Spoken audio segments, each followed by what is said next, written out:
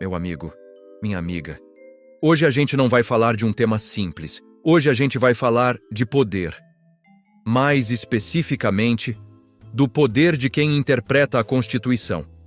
Em qualquer democracia moderna, existe uma pergunta que nunca foi totalmente resolvida. Quem controla o controlador?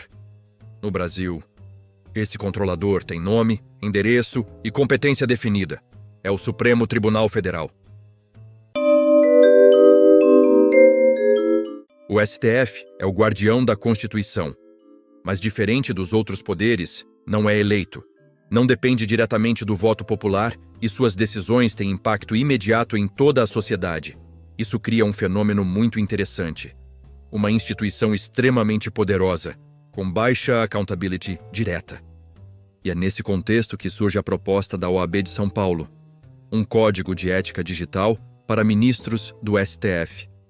Mas aqui vai um ponto importante.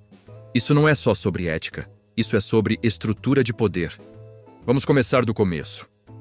No Brasil, a atuação dos magistrados é regulada por algumas normas gerais. Constituição Federal, Lei Orgânica da Magistratura Nacional, LOMAN, e Código de Processo Civil, impedimentos e suspeições. Mas nenhuma dessas normas trata de forma específica, detalhada e contemporânea a conduta de ministros de uma corte constitucional. Isso gera um vácuo normativo. Porque uma coisa é regular um juiz de primeira instância. Outra coisa completamente diferente é regular quem decide o destino da própria Constituição. Agora entra o elemento novo, o ambiente digital. Porque o poder hoje não se exerce só dentro do processo, mas também fora dele, em eventos, em redes sociais, em interações institucionais. Um dos pontos mais sofisticados da proposta é a discussão sobre algoritmos. Sim, algoritmos. No STF, a distribuição de processos pode envolver sistemas automatizados.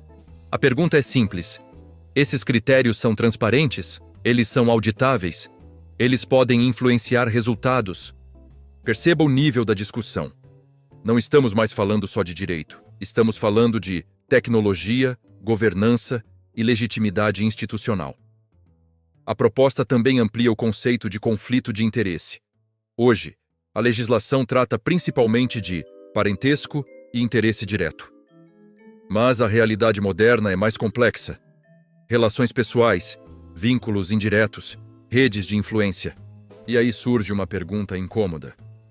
A lei atual é suficiente para garantir imparcialidade real? Se a gente olhar para fora do Brasil, esse debate já está mais avançado.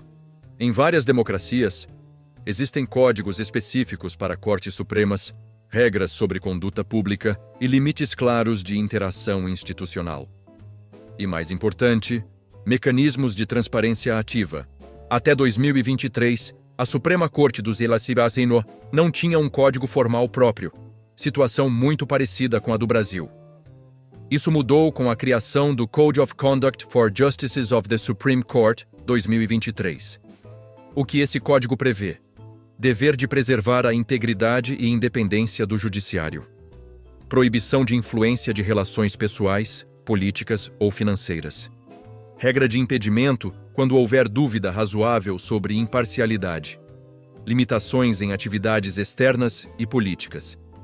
Em 2026, o Tribunal Americano chegou a adotar software para detectar conflitos de interesse, o que mostra um avanço tecnológico na governança ética.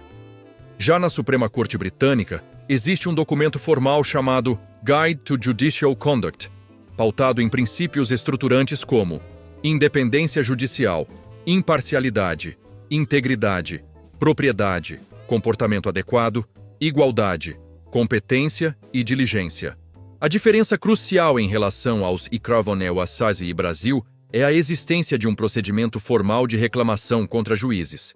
Ou seja, o cidadão pode questionar a conduta e há canais institucionais de apuração.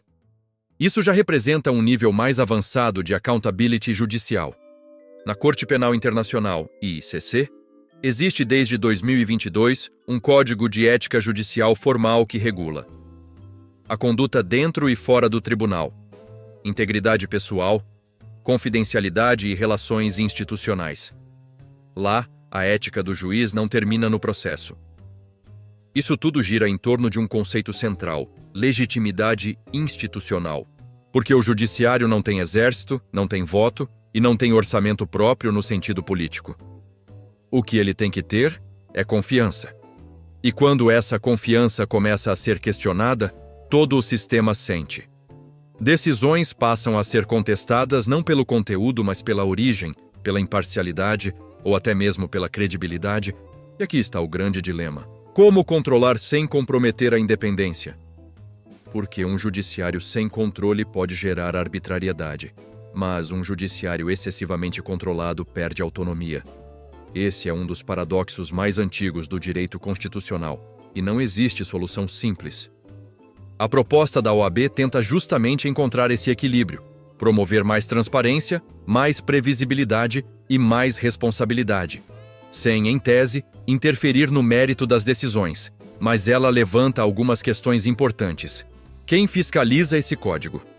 Qual a sanção pelo descumprimento? E ele teria força vinculante real ou seria apenas mais um instrumento simbólico? Porque aqui entra um ponto crucial. No Brasil, muitas normas existem, mas nem todas são efetivamente aplicadas. Então, no fundo, esse debate não é apenas sobre ministros do STF. É sobre o futuro do próprio sistema constitucional brasileiro. A promoção de mais transparência, confiança e legitimidade. Agora, eu quero te provocar. Você acha que o STF precisa de mais controle institucional? Ou isso pode comprometer a independência da Corte? Responde aqui nos comentários, porque essa discussão está só começando. Gostou deste vídeo? Então curte, se inscreve e compartilha com aquele seu amigo que não sabe a diferença entre Constituição, Código e Estatuto. Até a próxima!